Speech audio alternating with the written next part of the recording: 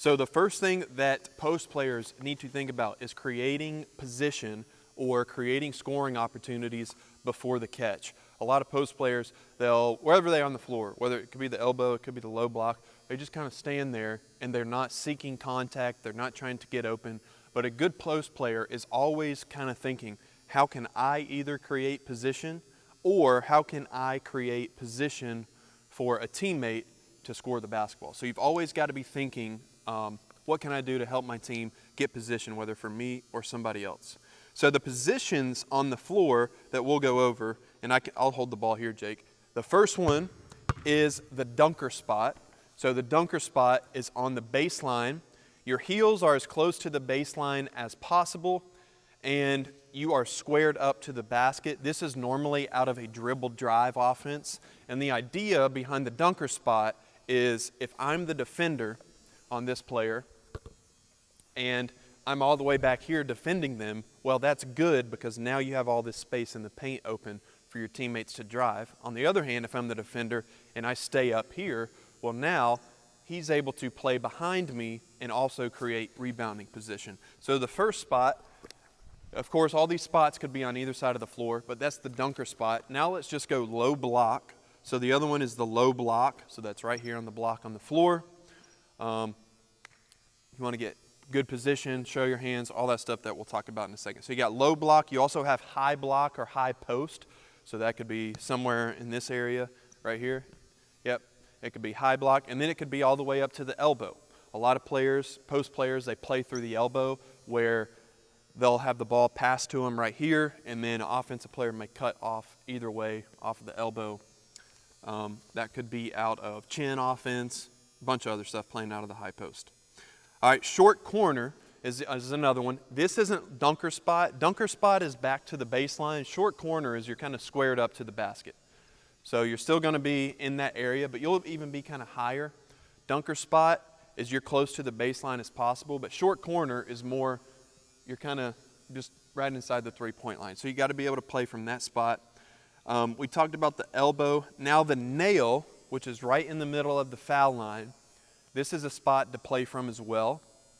You could receive a pass from the perimeter and then face up. You may even post up kind of in this area right here. But receiving the ball and being able to pass out of the nail or foul line area is somewhere you got to play from. The other place that you got to play from is the top of the key, because in transition, and we'll talk more about this, a lot of times point guards will get ahead of the ball, they'll get into the paint, and then the post player is the one who passed it in out of bounds from there, so they'll flip it back and then they'll play from the top of the key. So those are the different positions you want to be able to really master out of being a post player.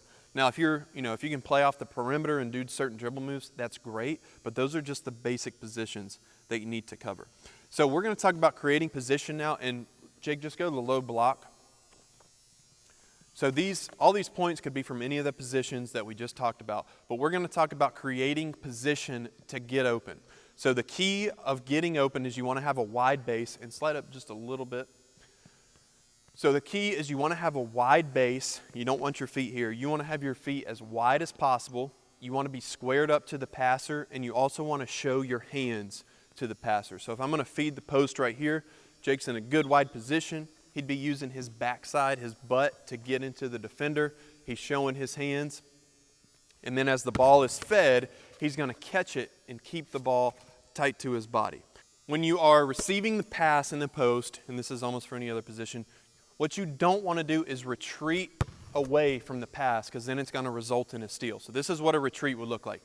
Jake's on offense, Taha, you're on defense. So as I'm feeding the post, if the offensive player retreats and goes backwards, what often happens is the defense steals the ball. So you don't want to retreat. Instead, you want to seal off your defender, keep your defender on the back, and then you also want to meet the pass. So let's give a good example there. Yep, so you're sealing the defender, and then you step out to meet the pass. And then from there, you can face up, back down, do whatever you want. But you want to make sure that you aren't retreating, because that's when a steal will happen.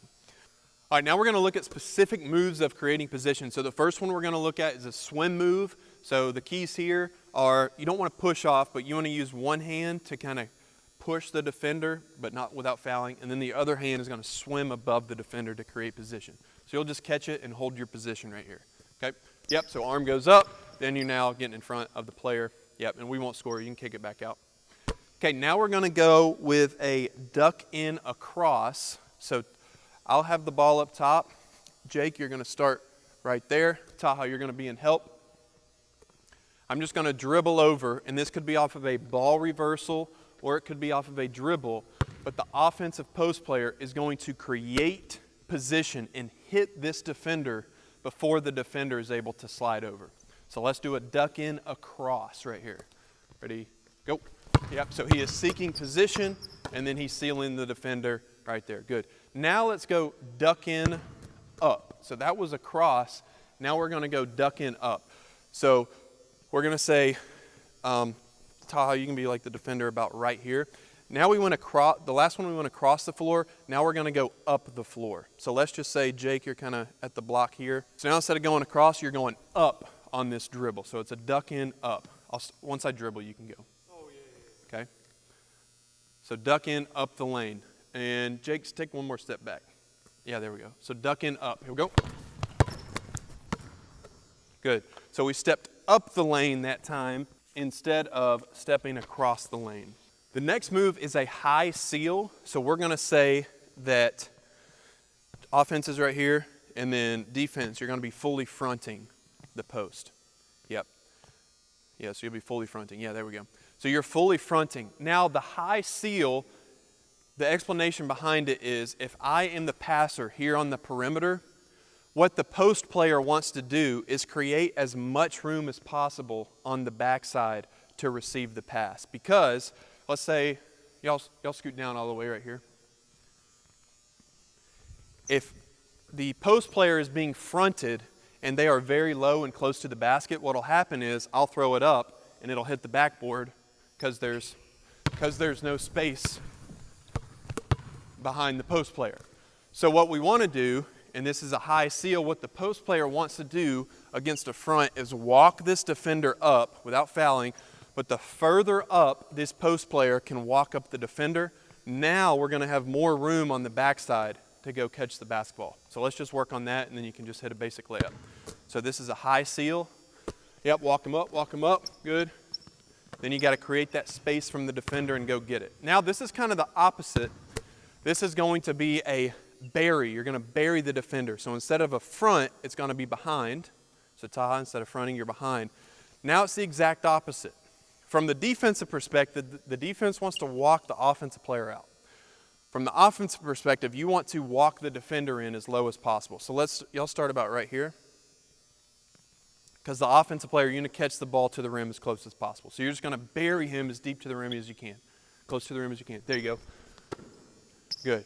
So depending on if the defender's in front of you, you want to create more space on the backside. If they are behind you, you want to bury that defender as close to the rim as possible. Now we are looking at moving without the ball for post players. We could either be in a dribble drive, we could be in a 5-out motion, we could be in a 4-out, 1-in motion. These principles can apply to multiple offenses, but we're going to first start from the